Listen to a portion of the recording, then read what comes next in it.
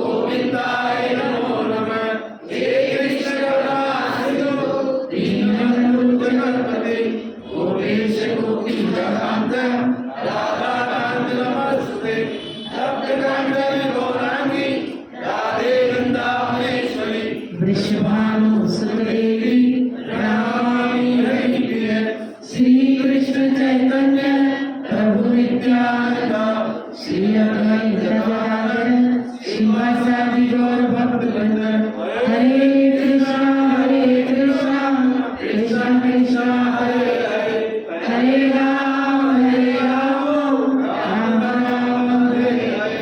नमो विष्णुपदाय कृष्णपृष्ठाय भूतले श्रीमते मधुसूदनाय, नमस्ते मधुसूदनाय भक्तिपात्राय केतुलः कृष्ण भक्ति नियति सर्वथा। हरे कृष्णा कृष्णा कृष्णा हरे हरे, हरे राम राधे गोविंद। जी आप में से किसी को प्रश्न?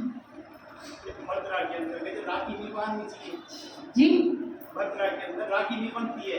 भद्रा क्या? भद्रा हाँ हाँ हाँ। और गणेश जी की पूजन भद्रा होती है, प्रथम पूजनीय। ये क्या कहते हैं?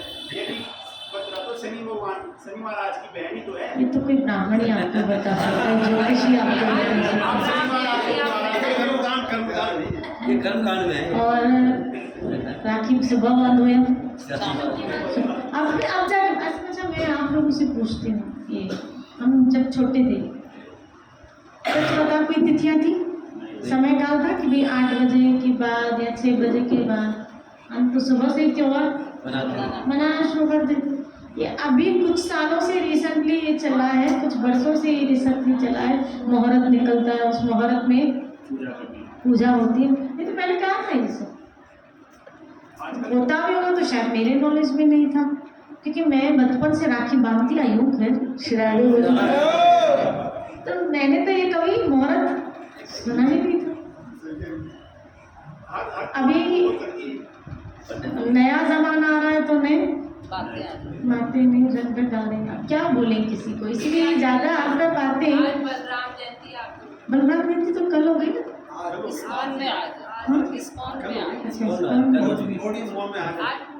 बढ़िया आज, अच्छा अच्छा अच्छा। तो चलो मैंने कल पूरा शंकर सिंह जी के विषय में हमने चर्चा कर दी थी। हमने किसी संत के मुंह से सुना था कि जो अमरीश राजा थे, भागवत में जिनका आता है, जी हाँ, जिनका वो आता है, तो क्या उनकी पत्नी भी इतनी भक्त थी कि वो राजा अपने किसी संत के मुख से हाँ आया ना भक्तमाल में उनका चरित्र पूरा आया अमरीश जी का, कि राजकुमारी स्वयं इतनी शुद्ध भक्त थी। उनके चरित्र में ऐसे आया, राजा की पुत्री, उनको जब पता चला अम्बरीश जी महाराज एक भगवान के बहुत शुद्ध भक्त हैं, और उनकी भक्ति की कई बार हम यहाँ व्याख्या कर चुके कि किस तरह की वो आराधना ईश्वर की करते थे। 9धा भक्ति के 9धा चरण ही उनके जीवन में थे। यानी ऐसा बताया कि वो आंखों से भगवान के दर्शन करते थे, कानों से भगवान की कथा सुनते थे, हाथों से भगवान की सेवा करते थे, पाँव से मंदिर की तरफ जाते थे, झाड़ बुहार खुद अपने हाथों से करते थे, खुद चक्की चलाते थे, आटा पीसते, खुद चक्की चलाते थे, खुद रोटी बनाते थे भगवान के लिए, खुद जो उनके मंदिर का प्रांगण था वो साफ वो खुद करते थे। अगर उनको कोई सेवा किसी की नहीं समझ में आती थी तो वो सेवा वो खुद करते थे। जैसे एक बार चपाती में से एक बाल निकल आया था, तो उस दिन से उन्होंने चक्की में आटा खुद पीसना पसंद किया कि खुद बनाऊंगा मैं चपाती ठाकुर जी के लिए। सेवा में कहीं कोताही नहीं होनी चाहिए, श्रीराधे बोली। तो हालांकि कई सेवकगण थे, लेकिन अगर कोई कोताही करता सेवा पे तो मतलब वहाँ भाव नहीं है, खाली मजबूरी में कर रहा है, तो जब भाव नहीं है तो वहाँ से उनको निकाल देते थे और खुद करते थे वो सेवा। ऐसे राजा अम्बरीश, और भगवान इस भाव पे इनके रिझ गए क्या कि कहते हैं कि जब वो चक्की चलाते थे तब भगवान अपना आंचल लेके खड़े हो जाते और पंखा उनको देते थे, क्योंकि जब उनको पसीने आते थे तो भगवान पंखा देके उनको हवा देते थे। मैंने पहले ही कहा था कि ठाकुर को आपकी धन संपत्ति पद प्रतिष्ठा मान बड़ाई ये सब नहीं चाहिए, उसको आपका भाव चाहिए, उसको कद्र है, उसको वैल्यू है तो आपकी भाव की। राजा था, नौकर चाकरों की कमी नहीं थी, पद की कोई कमी नहीं थी, संपत्ति की कोई कमी नहीं थी, लेकिन ये सब होने के साथ साथ इनमें भाव भी था, ठाकुर जी के प्रति प्रचुर भाव था। तो उस राजकुमारी को जब पता चला कि ये राजा बड़े भगवान की शुद्ध भक्त है। सोचा मेरा पिता आज नहीं तो कल कहीं तो ब्याह गए, और ये खुद भक्त थी, चाहती थी मेरा ब्याह हो तो किसी भक्त के साथ ही हो, ताकि मुझे और भक्ति करने का सौभाग्य, और भक्तों के संग में तो भक्ति और बढ़ेगी। अब ऐसी जब सुनी चर्चा, तब ये समाचार राजा को मिला कि ऐसी ऐसी बात है और ये मुझसे ब्याह करना चाहती है और आमंत्रण आया है। तो राजा पर्सनली इस राजकुमारी से बोला मैं तुम्हें कोई सुख नहीं दे पाऊंगा, क्योंकि मेरे पास देखो ऑलरेडी रानियां और मैं खुद सेवा में लगा रहता हूँ, तो मैं तुम्हें वो टाइम, तुम बोलो कि वो मैं तुम्हें टाइम, तो मैं तुम्हें वैसा टाइम नहीं दे पाऊंगा, कल तुम शिकवा करो। तो बोला नहीं, मुझे कुछ भी नहीं चाहिए आपसे, तो मैं तो खाली आपकी सेवा में सहयोग करूँगी, मैं आपकी सेवा में सहयोग करूँगी। मैं आपको कभी ये नहीं कहूँगी कि संसारिक सुख के लिए मैं कभी इस चीज़ के लिए शिकवा नहीं करूँगी, मुझे खाली आपके सानिध्य में रहेगी, क्योंकि वो खुद भक्ति करना चाहती थी। राजा ने कहा है क्योंकि याद रखना, प्रारब्ध का लिखा कोई मिटा नहीं सकता। प्रारब्ध का भोग है ना, वो घूम फिर के भी आप ही के पास आने वाला।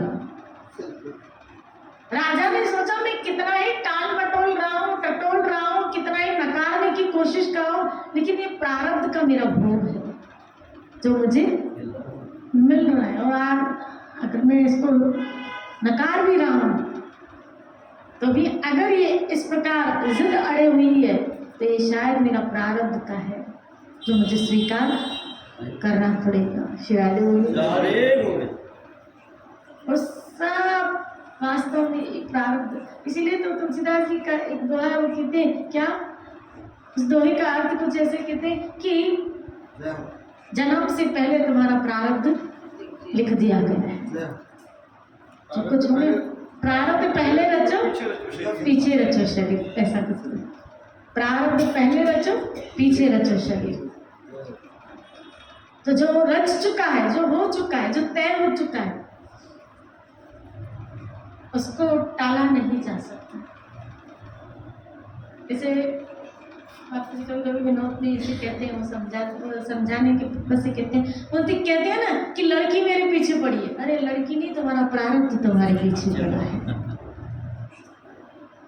तुम्हारा प्रारब्ध तुम्हारे पीछे पड़ा है। वो प्रारब्ध का जो दुख सुख उसके साथ है, वो नहीं पीछे पड़ा है, तुम्हारा प्रारब्ध तुम्हारे पीछे पड़ा है। अब जो उसके साथ दुख सुख है वो हो गया। इसलिए राजा समझ गए मेरा प्रारब्ध है जो मुझे स्वीकार करना पड़ेगा। और राजा अम्बरीश जी महाराज राजी हो गए उसके साथ प्यार करना। लेकिन इनका जो नियम था सेवा पूजा का, अब ये राजकुमारी आई, छोटी रानी थी सबसे, वैसे बहुत रानियां भी थी उनके यहाँ तक, तो ये सबसे छोटी थी। तो रोज देखती, क्योंकि राजा के महल में उनके कमरे में भगवान का जो पूजा गृह था उसको किसी की एंट्री नहीं थी। ये रोज देखती, सुबह राजा स्नान करने जाते, स्नान करके आते, वहाँ से जल लेके आते घड़ा भर के, और ठाकुर जी की सेवा पूजा करते, किस तरह झाड़ू। तो इसने क्या किया कि क्यों ना, क्योंकि जब राजा जाते हैं तो उनके नौकर चाकर सब इनके पीछे चले जाते हैं, तो फिर क्यों ना सामने तो नहीं पीछे से तो कर सकते हो। इसीलिए जब राजा चले जाते ना तो ये पीछे से क्या करती, पूरा ऑल्टर आंगन पूरा झाड़ू बुहार करके साफ कर देती, और जैसे ही राजा रिटर्न होती तो देखती पूरा साफ सफाई हुई पड़ी। ऐसे 1 दिन 2 दिन 3 दिन वो गुजरे। राजा के कर कौन रहा है? सिपाही बोले हम भी नहीं करते। तो कौन कर रहा है? बोला आज मैं ऐसे करता हूँ, मैं सबके सामने निकल रहा हूँ लेकिन किसी को बोलना नहीं। तो वो क्या किए, एक दीवार के पीछे छुप गए। अब रानी ने देखा राजा चले गए, लेकिन वो एक दीवार के पीछे छुपे हुए थे, और इधर रानी छुपके से आती है, और जो रोज सेवा का उसको सुख मिलता था सेवा में। नसीब वाले वो लोग होते हैं जिनको सेवा में सुख मिलता है। कई लोग तो जान छुड़ाते हैं। श्री राधे बोलो। राधे बोलो। कृपा पात्र जी सेवा में सुख लेते हैं। सबते सेवक धर्म कठोरा, ये तुलसीदास जी का तो है, सबते सेवक धर्म कठोर। सेवा का धर्म बड़ा कठोर कठिन है। श्री राधे बोले। राधे बोलो। तो राजा ने पकड़ लिया, सामने खड़े हुए और ये बेचारे भयभीत हो गए, मौचकी हो गए कि अरे बनाई और ये पीछे से। तो बोला तुम्हें अगर सेवा करने में इतना आनंद आ रहा है, इतना रस आ रहा है, तो फिर तुम अपने महल में क्यों नहीं ठाकुर जी को बदला देती? तो उसने बोला मैं रख सकती हूँ, मैं कर सकती हूँ। बोला हाँ हाँ क्यों नहीं कर सकती हूँ। तो बोला आपको कोई ऐतराज? तो बोला नहीं, मुझे बहुत खुशी होगी। तुम भी अपने ठाकुर जी को पधराओ, वहाँ सेवा पूजा भजन कीर्तन चालू करो। अच्छा है अपनी अपने हाथों से ठाकुर जी की ऐसा पति भी नसीब वालों को मिले जो भक्ति में लगा, प्रसन्न हो अपनी पत्नी को भक्ति में देख के। श्री राधे बोलिए। स्त्री प्रसन्न हो अपने पति को भजन करता देख के। क्या सारा दिन माला पर इधर भी देखो, हमारी भी कुछ जरूरतें हैं। कुछ ऐसे कहते हैं और कुछ कहते हैं इधर मत देखो, खाली इधर देखो। आप तो वहां ध्यान तो बाकी में संभाल लूंगी, आप अपनी भक्ति में देखो, आप आगे बढ़ो, मैं पीछे संभाल लूंगी। ऐसी पत्नी नसीब वालों को। श्री राधे बोलिए। बोलो ना श्री राधे। ऐसा पति भी नसीब वालों को मिले। और पति पत्नी अगर वैष्णव भक्त है तो फिर सोने पे सुहागा। हाँ तुम भक्ति करो। इसने भी क्या किया, जो अपना रूम था, कमरा था, महल था, उसमें ठाकुर जी का अर्च मुद्रा स्थापित करके सेवा पूजा चालू। इसका गला बड़ा मधुर था और अनुरागी तो थी वह। इसने सेवा पूजा चालू की और ऐसी सेवा पूजा भाव विभोर होकर करती थी। और जब कीर्तन करती थी तो इसकी कीर्तन में जो एक आर्तनाद थी, जो भगवत पुकार थी, सब मुक्त हो जाते। राजा को एक दिन वहां से निकाल रहे थे तो ये आवाज कीर्तन की सुनाई थी। राजा खींचा चलाया। अगर अंतरात्मा से आवाज होती है ना तो हर जीव उस आवाज को सुन के खींचा चलाता है, अंतर्यामी परमात्मा खींचा चलाता है। श्री राधे बोली। स्वर अच्छा हो लेकिन भाव अच्छा नहीं तो कान को अच्छा लगेगा लेकिन मन को नहीं बदलेगा। आज कईयों के स्वर तो अच्छे हैं लेकिन भाव, वो भाव में बदलता है, भाव में सरसता नहीं। फिर ऐसे बोलते अच्छा बताओ मैंने कैसा गाया, कैसा लगा मेरा गाना? गाना अच्छा था लेकिन भाव वैसा नहीं था। श्री राधे बोले। महाप्रभु चैतन्य कहते हैं भले तुम्हारे शब्द टेढ़े मेढ़े हो लेकिन कृष्ण भाव परक है तो भले सराहनीय है, उस दरबार में सराहनीय है। वो टेढ़े मेढ़े शब्द भी भगवान स्वीकार कर लेता है और अलंकृत शब्द भी जिसमें प्रशंसा की धूम आती है कि इससे मेरी कीर्ति और मेरी वाहवाही बढ़े। श्री राधे याद रखना, लोक रंजन नहीं करना है।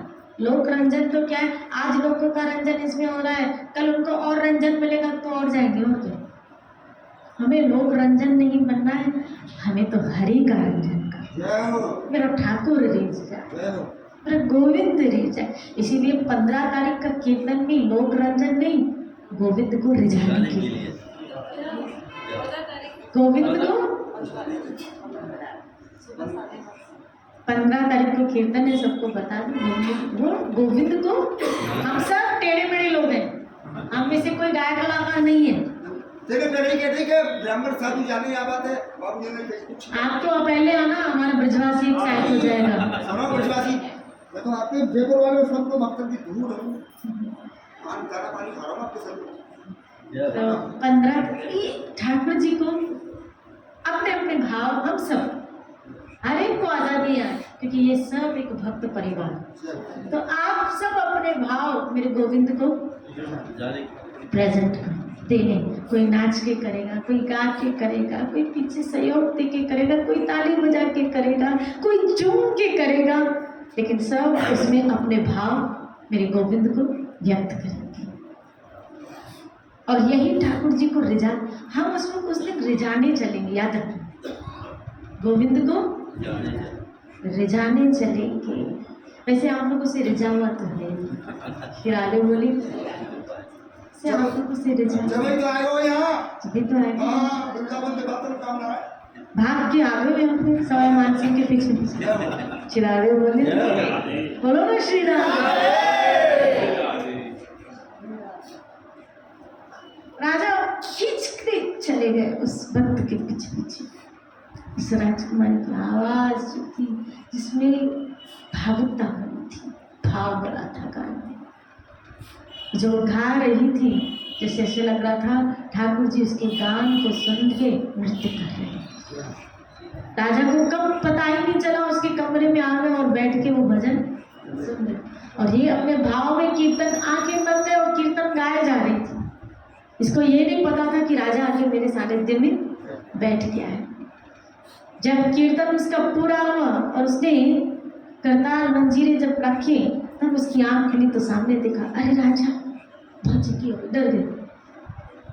राजा ने कहा और गाओ और गाओ, और जब कोई सामने ऐसा आता है तो थोड़ा भाव सकुचा जाता है। श्रादे बोली तू वैसा गान नहीं कर पा रही थी। तो राजा ने सोचा कि मेरे होते में नहीं गान कर पा रही है, तो उसको कहा सोचो ना मैं हुई नहीं, तुम जैसे पहले भाव में गा रही थी ठाकुर जी के आगे वैसे गाओ ना, तो बोला आपको अच्छा लगा, तो मेरे ठाकुर जी को भी अच्छा लगा होगा। अब राजा रोज इसका कीर्तन सुनने आते, रोज नियम से नित्य प्रति इसकी कीर्तन करती, राजा आके बैठ जाते, किसी रानी के पास नहीं जाते। इसीलिए मैं कहती हूँ भक्ति में आकर्षण है। भक्ति में क्या है? आकर्षण है। भक्ति में वो आकर्षण है जो भगवान को भी आकर्षित, भक्तों को भी अपनी ओर आकर्षित कर देता है। अगर आपके अंदर भक्ति का प्रादुर्भाव हो गया है तो भगवान भी आकर्षित होकर आपके पीछे पीछे दौड़ता है। इसीलिए तो कहा मैं अपने शुद्ध भक्तों के पीछे पीछे दौड़ता हूँ ताकि इनके चरण रज मुझे दिख जाए। भक्ति में आकर्षण है, खींचती है भक्ति किसको? भगवान को अपनी ओर। इसलिए कलाकार बनो, अच्छी बात है, लेकिन गोविंद के बनो। उसको रिझाने के लिए सब होना चाहिए। एक मिनट बोलूंगा, श्री हरिदास तानसेन बीजू बावरा चले आए वृंदावन, तो सितार वादक बहुत नीम थे हरिदास। तो बीजू बावरा बोला, टहलते टहलते हरिदास के स्थान पर आ गए, थोड़ा अहम हो गया। बीजू बावरा बजाया सितारा, सुंदर लगा उसको हरिदास जी को। जब हरिदास जी ने बजाया तो मृग नाच रहे श्री वृंदावन। क्या नाच रहे? मृग। भाव। और तो छोड़ो, खाली मृग की बात नहीं, वहाँ आपको पता है जब हरिदास महाराज ने कीर्तन शुरू किया था तब मेघ बरस गए थे। मेघ बरस गए थे उस वक्त। श्रादे बोले बैजू बावरा भी कम नहीं थे संगीत का। आपने पिक्चर भी आई थी बैजू बावरा की, बहुत पुरानी, बहुत पुरानी, जो पुराने लोग होंगे उनको पता होगा बैजू बावरा, है ना? हरिदास होंगे कोई बैजू बावरा का गाना तो सुना है आप किसी को? पूरा नाम ही पहली बार सुना है। फिर राजे बोले बहुत पुरानी पिक्चर है बैजू बावरा, मेरे ख्याल से 90s की, मतलब 65 के आसपास होगी, उससे पहले की ना बैजू बावरा। श्रादे बोले भक्ति में बड़ा आकर्षण है। अब रोज राजा आते और कीर्तन सुनते और रानियों को थोड़ी डाल लगी कि राजा हमारे पास तो आता नहीं और इसके पास रोज जाता है। अब ठाकुर जी जिसकी सेवा अम्बरीश जी महाराज करते थे, उन्होंने ठाकुर जी ने कहा अकेला अकेला जाता है, मेरे को भी लेके चल, मैं अकेला यहाँ बैठा रहता हूँ, तो मेरे को भी लेके चल, मैं भी वहाँ सुन लिया करूँगा। अम्बरीश जी महाराज ने कहा चलो ठाकुर को। अम्बरीश जी महाराज अपने ठाकुर को भी वहाँ लेके आए। इसीलिए मैं कहते हूँ नाम बसामी कुटे नाम योगी नाम भागवत यत्रो गायन्ति तत्र तिष्ठामि। जहाँ मेरे भक्त मिलके कीर्तन करते हैं वहीं मैं आके निवास करता हूँ। आ जाती है ठाकुर वहाँ, आ गए ठाकुर वहाँ। अब तो रानियों को, दूसरी रानियों को लगा कि राजा इसके पास क्यों जा रहा है, आखिर इसमें ऐसी क्या क्वालिटी है। तो किसी ने कहा ये भगवान की सेवा पूजा करती है ना, इसीलिए राजा इसके पास, तो अच्छा हम भी सेवा पूजा करेंगे तो हमारे पास भी आएंगे। तो सब रानियों ने क्या किया, जितनी थी सबने अपने अपने घरों में ठाकुर जी बनाए। अब सबके यहाँ कीर्तन होने लगा, सब ठाकुर जी की सेवा। राजा को जब पता चला इस चीज का, अरे वाह ये तो कमाल हो गया। तो राजा सबके यहाँ जाने लगे, देखा एक की यहाँ क्या हो रही है, ठाकुर सेवा हो रही है, कीर्तन कर रही है, लोग भजन कर रहे हैं, बड़े प्रसन्न होते। इनको लगा राजा ऐसे प्रसन्न होते तो और करूँगा भाई, ये तभी आते हैं हमारे पास, इतने वर्ष हो गए हमारे पास आए नहीं, आज आए क्या इसकी वजह से, तो ठाकुर जी की और सेवा पूजा करो। राजा को रिझाने के लिए कर रहे थे, पर उनका भाव ठाकुर जी में बैठता जा रहा था। ऐसे वो भी भक्त बन गए सब। अब प्रजा को पता चला पूरी कि राजा वैसे तो कहीं नहीं जाता, सुना है कि जिनके यहाँ ठाकुर जी होते हैं ना, जिनके यहाँ कीर्तन होता है राजा वहाँ जाते हैं। तो बोला राजा को बुलाने का एक ही तरीका है, क्या अपने घर ठाकुर जी पधरा दो और कीर्तन करो। पूरी प्रजा सबके घर ठाकुर जी आ गए, सब कीर्तन करने लगे। राजा इतने आह्लाद हो गए कि पूरे नगर में भजन कीर्तन ठाकुर सेवा होने लगी। श्री राधे बोली उस एक रानी की शुद्ध भक्ति कितनी थी, पावर कितना था। आप देखो वो कहीं गई नहीं, बैठे बैठे प्रचार कर रही। भक्ति में बड़ा आकर्षण, कहने का तात्पर्य भक्ति में बड़ा आकर्षण है। अगर आपकी भावनाएं सच्ची हैं, आप अपने में लगे रहो, अपने ठाकुर की भक्ति में, आपके मुंह से जो चर्चा निकलेगी ना वो सब सत्संग होगा, आपके मुंह से जो गान निकलेगा वो सब कीर्तन होगा। अगर आप अपने ठाकुर में रमे पड़े, आप गोविंद की भक्ति में रमे पड़े, आके कोई सुने ये मत सोचो, जिसको सुनाना है उसको सुना। भाई इसको सुनाने के लिए हम गाते हैं, तो ये आज आया कल नहीं आया कोई गारंटी नहीं, लेकिन जिसको सुना रहे ना वो रोज आपके साथ है, वो रोज आपके साथ है।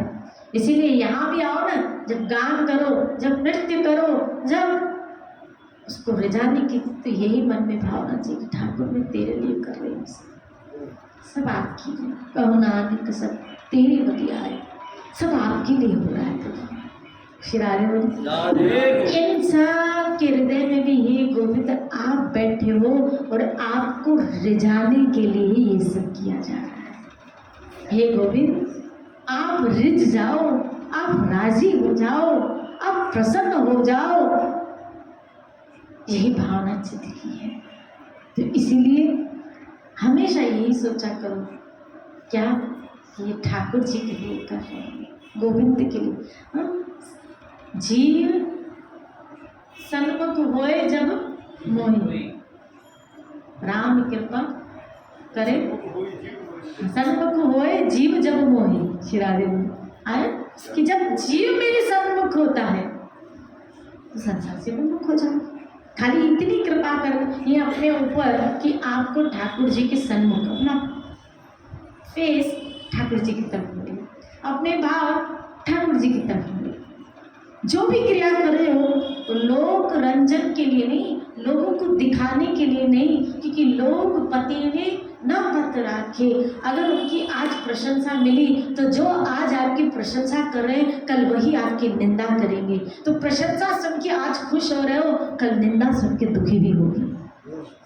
श्री राधे बोलिए। आज जो प्रशंसा कर, वाह क्या तो बोल रहे हो, वाह क्या तो गा रहे हो, वाह क्या तो करो, जो वाह करे ना कल आह करते भी देर नहीं करेंगे। जो कमिंग करे वो वही करते भी देर नहीं करेंगे। श्री राधे बोले। लेकिन मेरा गोविंद ऐसा नहीं है, ठाकुर ऐसा नहीं, इसीलिए जो क्रियाएं करो गोविंद को। इसीलिए उस राजकुमारी का पूरा भाव किसमें था, वो राजा को देख के गान नहीं करेगी, वो तो अपने पूरे भाव में गोविंद को देख के करेगी। उसके नजरिए में सिर्फ गोविंद था, और वो वहां आई भी इसीलिए थी क्या, कि उसको गोविंद की सेवा। श्री राधे बोलिए, बोलो ना श्री राधे। आप यहाँ भी बैठे हो, यहाँ सोचो मुझे गोविंद देख रहा है, मेरा ठाकुर देख रहा है। इसीलिए मैं कहती हूँ हमें हाजिरी लगानी है तो किसके आगे, गोविंद के आगे। गोविंद के आगे। 15 तारीख को कीर्तन किया होगा, वो किसके लिए, किसको रिझाने, गोविंद आ रहे हैं आपके पास, आपको रिझाने। आपके पास तो बहुत बड़े बड़े कलाकार हैं प्रभु, बहुत बड़े बड़े कलाकार, और अच्छा गान करने वाले, हम ये भी जानते हैं, बहुत अच्छा गान करने वाले ये भी जानते हैं, आपके कानों को लुभाने वाले ये भी जानते हैं। हमारा टूटा फूटा गोविंद स्वीकार कर लेगा, हमारा टूटा फूटा स्वीकार कर, क्योंकि हमें भजन नहीं आता, हमें कीर्तन, हमें देखो हमारे बजाने वाले वो बेचारे कोई क्लासेस ज्वाइन करके नहीं, उनको तो यहाँ आके बजाना आ गया है ना, यहाँ आके गाना आ गया, यहाँ आके बजाना आ गया। श्री राधे बोलिए। तो जो यहाँ आया है, यहाँ से आया है, वही आपको दे रहे हैं, यहाँ से पाए वही आपको दे रहे हैं। हम कहीं जाके सीखे नहीं है। श्री राधे बोलिए। किसो ताल हो बैठे, श्री राधे बोलिए। इसलिए जो टूटा फूटा है, गला फटा हुआ है, आप देखो हर 6 महीने में डैमेज होता है, खराब होता है। श्री राधे बोलिए, बोलो तो श्री राधे। ये टूटा फूटा फटा है, और हम सबों के अंदर के पंजर भी टूटे फूटे हैं, सब भी टूटे फूटे पड़े। बस वो किसी कवि ने कहा, मैली चादर, मैली चादर ही ओढ़ के आ गए, हम तो आ गए प्रभु। बस कमाल इतना किया, आ गए आपके घर, लेकिन वजह हमें ये पता है प्रभु, ये भी कमाल हमारा नहीं है, ये भी कमाल उन संतों का है कि पकड़ के हमको आपके पास लेके, ये भी कमाल हमारा नहीं है प्रभु। चिराजो बोले, क्योंकि हमारा मन तो आज भी प्रभु वासनाओं में फंसा, राजी नहीं है, आज भी राजी नहीं प्रभु। ये उन महापुरुषों की रात की महती की कृपा, कौन भाग्यवान जीव गुरु कृष्ण प्रसाद भाई भक्ति बता। श्री राधे बोले। इसलिए भाव विभुर होते ठाकुर को रिझाने के लिए, गोविंद को रिझाने के लिए गान किया कर। मुझे अब आ रहा है तो बोल दो, बोल दो। श्री राधे बोले। एक बार भीम गंगा के किनारे गान कर रहा था,